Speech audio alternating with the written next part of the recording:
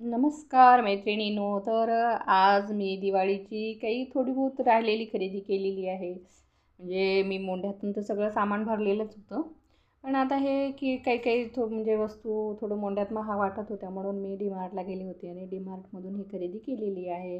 कारण ह्या सगळ्या वस्तू म्हणजे कसं आहे, आपण खरेदी करतच असतो आणि करावंच लागतात. आणि कसं आहे, जिथे गेलं तिथे आपण खरेदी करणारच दिवाळीमध्ये. तर आता मी तुम्हाला दाखवत आहे माझी दीपावलीची साडी. तर दिवाळीसाठी मी ही साडी घेतलेली आहे म्हणण्यापेक्षा ही साडी मला गिफ्ट आलेली आहे माझ्या बहिणीकडून. तर आता मी दिवाळीला हीच साडी वापरणार आहे पूजेसाठी वगैरे. कारण डबल डबल कशाला खरेदी करणार, हिला मी आता वापरलेलं नव्हतं. पण मी आता याला पिको फॉल करून आणलेलं आहे आणि ब्लाऊज पण शिवून आणलेलं आहे. आणि ही साडी मला आवडलेली आहे. आणि कसं आहे की आता घरात इतक्या नवीन साड्या असताना आणखी कशाला खरेदी करायची, असा विचार करून मी ही लक्ष्मीपूजनासाठी हीच साडी वापरणार आहे.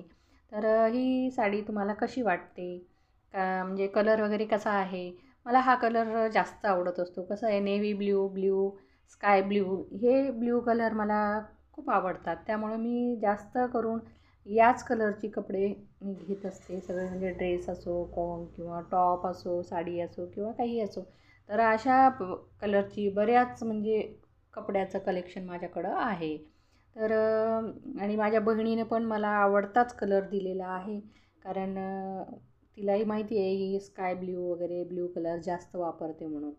तर तुम्हाला कशी वाटली ही साडी?